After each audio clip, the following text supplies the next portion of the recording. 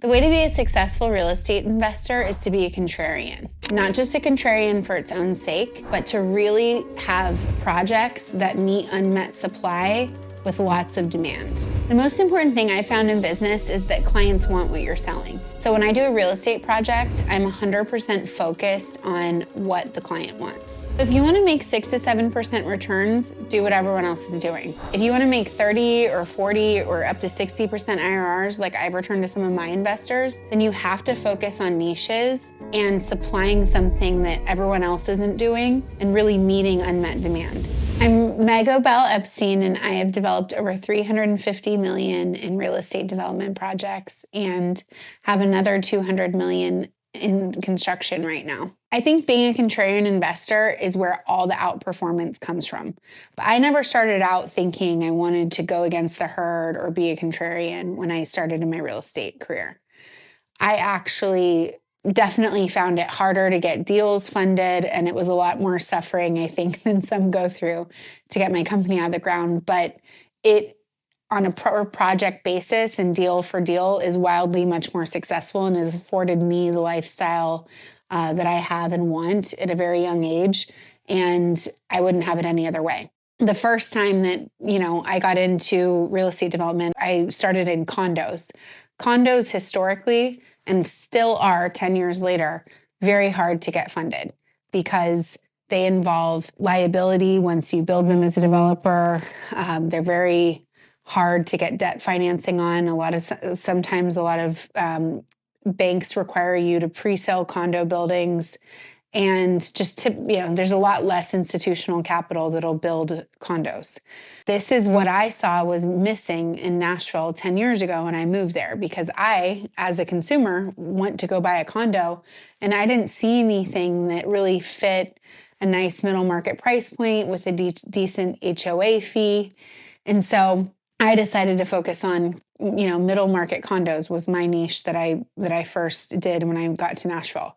I realized later how hard it is to do something that is not mainstream because, like I said, it's very hard to get funded on the debt side. Equity investors don't like it as much. There's a lot more liability. It's a lot more work. But on a per unit basis or a per project basis, I can make 5 to 10 times as much doing a condo project. So to me, especially as I've honed in on this niche, it's something that is just a lot more worth, the juice is a lot more worth the squeeze in terms of, risk and effort. So condos was the first time that I went into something that was really tough, and then, come out the other end being much more successful than when I've done typical, other real estate asset classes that are a lot more typical. The second time I kind of entered into contrarian asset class, it was shallow bay industrial, which is basically, not big box industrial warehouses, but more like for distribution. And, before COVID, when everybody started ordering everything online and you had a million distribution companies for Amazon, I was getting into shallow bay industrial because I did a lot of research and I realized there was a lot of unmet demand in my market.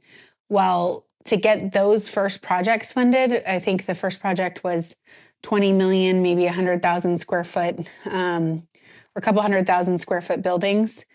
And I had to end up crowdfunding the last 5 million. It was during COVID, or it was a little bit before COVID, but I was getting this project out of the ground, and I remember it was about 20 minutes from downtown Nashville, and everyone goes, "Oh, why do you want to be all the way out there?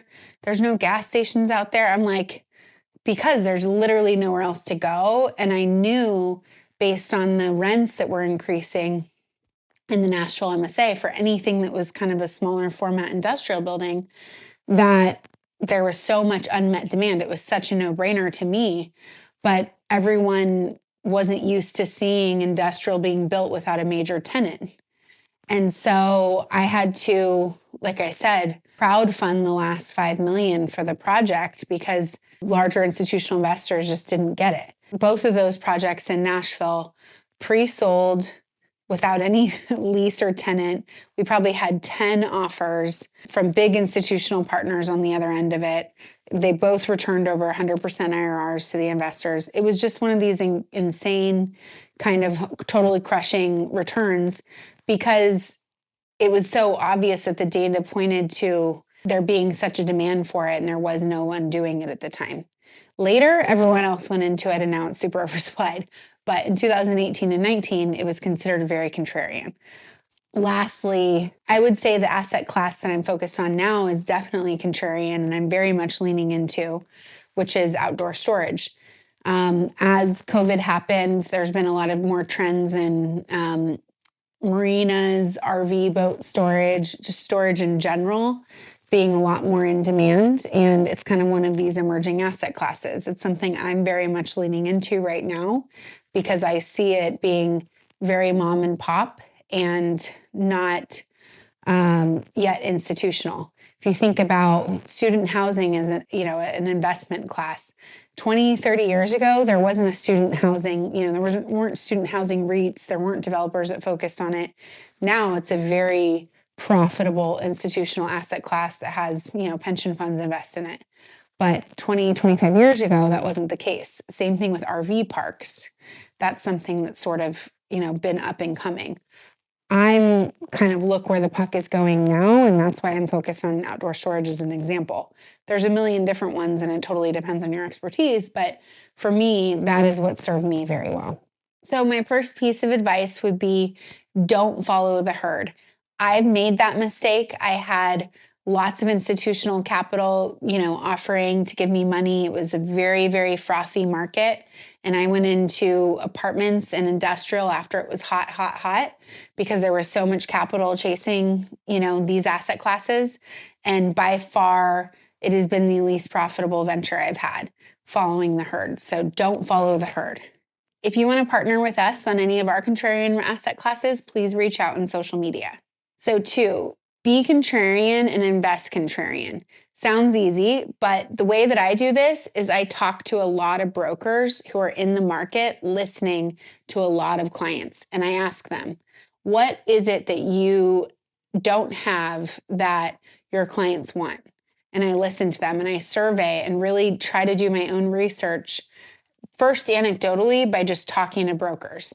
If you're in the residential space, it could be the same thing. Hey, what does everyone say that they can't find in a house that everybody wants? On the industrial side, when I launched the industrial platform, I started talking to sellers and saying, well, why aren't you moving out of downtown Nashville to move your business? Like, you don't need to be in downtown Nashville. It's expensive. There's traffic. Well, there's nowhere else to go.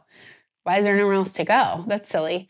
And that's how the entire industrial platform was launched. So talking to brokers and really getting anecdotal perspective from a lot of different people in a market will help you learn that market quickly and figure out what niche is missing. 3, you have to be courageous about chasing that demand and making sure you have a lot of conviction. I talk a lot about research and being data-driven.